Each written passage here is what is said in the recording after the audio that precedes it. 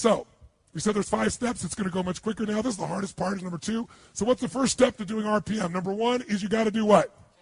Nice and loud, what?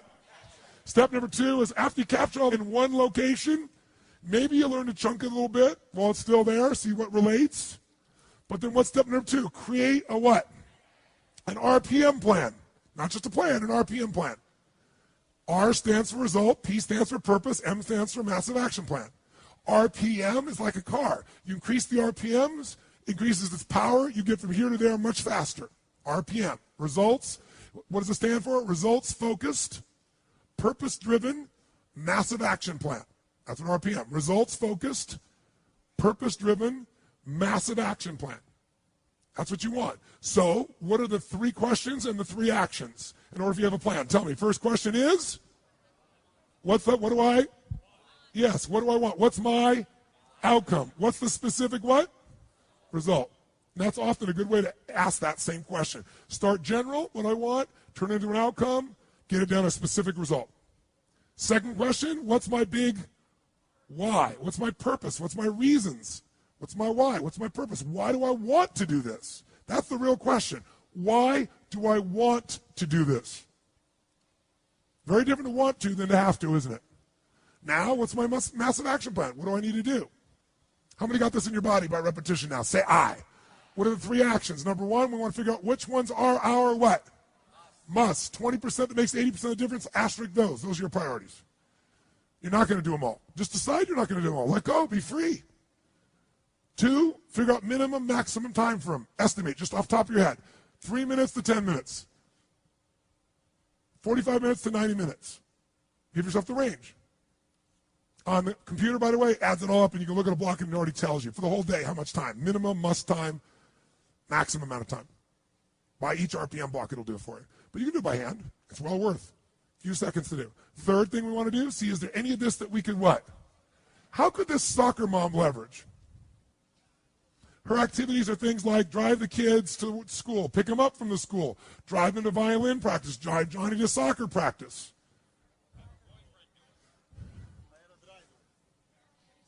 A driver.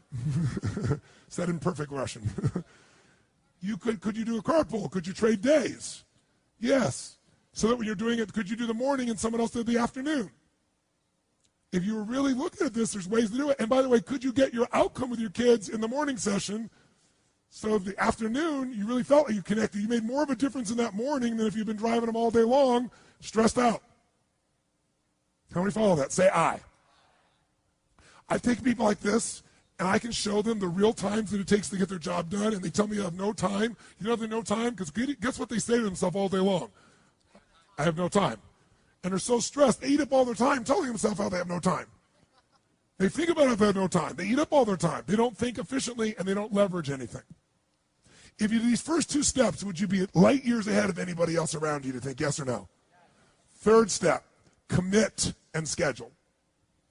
3 C's so far. Capture, create the plan, commit and schedule. Let me tell you what I mean by commit. Commit is, now that I've got these, let's say, 6 outcomes for the day. Does that make sense? 6 outcome blocks. Each one of them has an outcome, a purpose, might have 4, 5, 6 action items in it. I know the most important ones.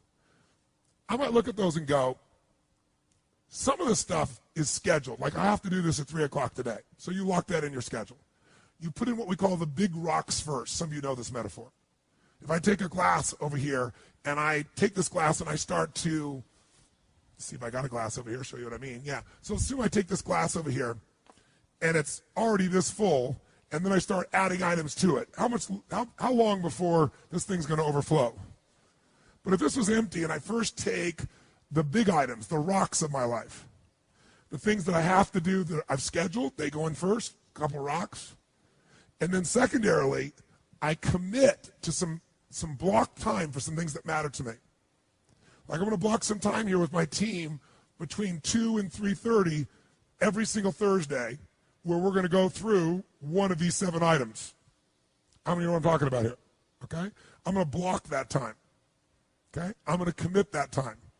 All right? So commit is committing the most important things and then scheduling those other items that are going to be important to you. So it goes from just a list to when am I going to what? When am I going to work on it? When am I going to do it? Block times can move, scheduled times can't unless you renegotiate. What's the difference between a block time and a scheduled time? Scheduled is you made a commitment to another person. So it can't be moved without negotiation. Got to call them, got to work it out. Block time, you could move if you need to. So it has more flexibility. Make sense? And you do this, and the way to do it, we do it on the computer. It's actually fun, but I've done it on paper for years.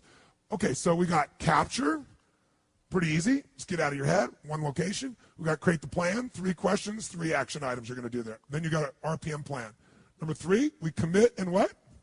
Schedule. Number 4, what do you want to do? Complete and achieve. Complete the most important items, achieve what you're after. It's that simple. And then finally, the most important one of all, to me, celebrate. They're all C's. Celebrate. Why is it important to celebrate your victories? Celebrate the magic moments of your week or the magic moments of your day. Why is it important to do that, you think? Because it's what gives you the energy to go for more. Does that make sense? Otherwise, it's like, remember I told you the cheese and cracker story? You know, you're holding out to, someday I'm going to celebrate. Someday never comes. Someday leads to a town called nowhere. Right? You don't want to be in that place. So you want to celebrate, and you want to celebrate the little victories. You want to celebrate the magic moments. How many breakthroughs have you had this week? Forget the things you've learned. How many of you have had breakthroughs, like insights, distinctions about you or your business that you couldn't put a dollar value on it? You know for you, the value is infinite. How many got experiences like that? Okay? So if you don't capture that, you don't give yourself credit. When you don't give yourself credit, your brain doesn't notice it.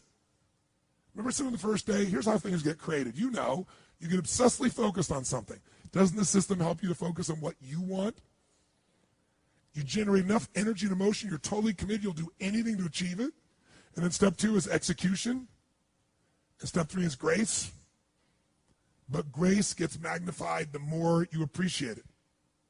The more you notice that you're guided or that things have happened for you. Those you've been to a date with destiny, I have a core belief, and that is life doesn't happen to you, it happens for you. It's your job to figure out how it's happening for you. If you don't notice it, you won't experience it, right? That's what we're talking about. So from now on, if you never saw you again and you didn't go to your coach, at least you know the thinking process. I go to a meeting. Before I go to the meeting, guess what I do? I write down a bunch of outcomes. What are my outcomes of the meeting? What do you think I do first? I have a little capture sheet for the meeting. All week long, something comes up, I write on that sheet. I don't write 20 emails to people in the middle of nowhere. Say, by the way, let's talk about this. I just capture it. When I get there, I look at my list. What are the most important outcomes? If I ask some action items, what outcome do they fit under? I go in the meeting, what do I ask other people? Tell us, what are the most important for this meeting? The most important? Everything is outcome. When you're outcome driven, you produce results like nobody else. And I'm associated with the why. Why am I doing this? Why am I in partnership with these people? Right? What's this all about? Because that'll put you in state.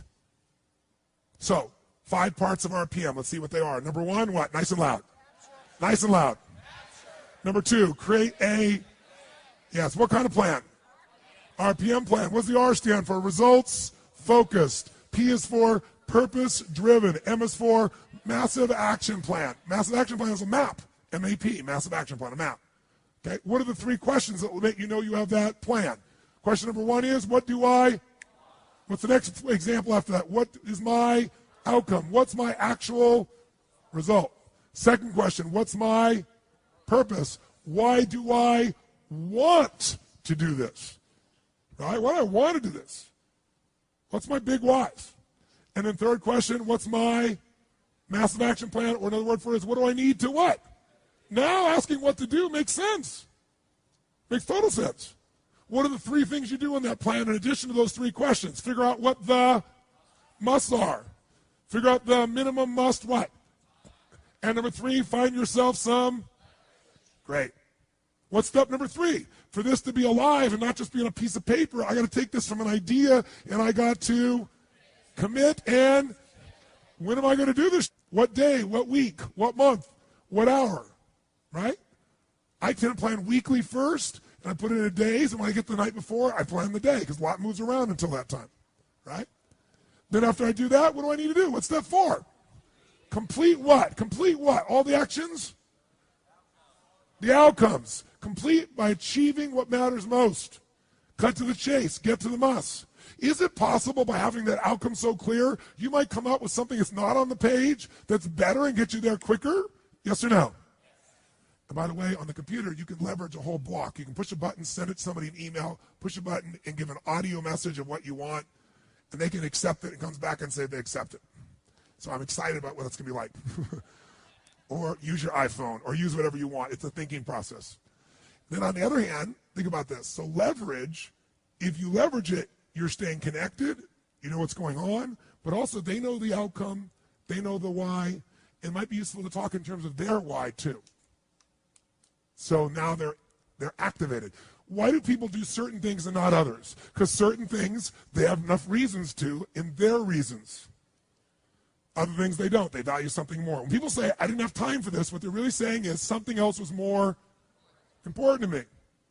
But usually it isn't really something that was more important. It was something else that's more urgent, and they don't know what's important to them. So maybe you can help them. Third piece is complete and achieve. Fourth, complete and achieve. What's the final step? 5. Celebrate. And the way I celebrate personally is I'm constantly making lists of magic moments and accomplishments.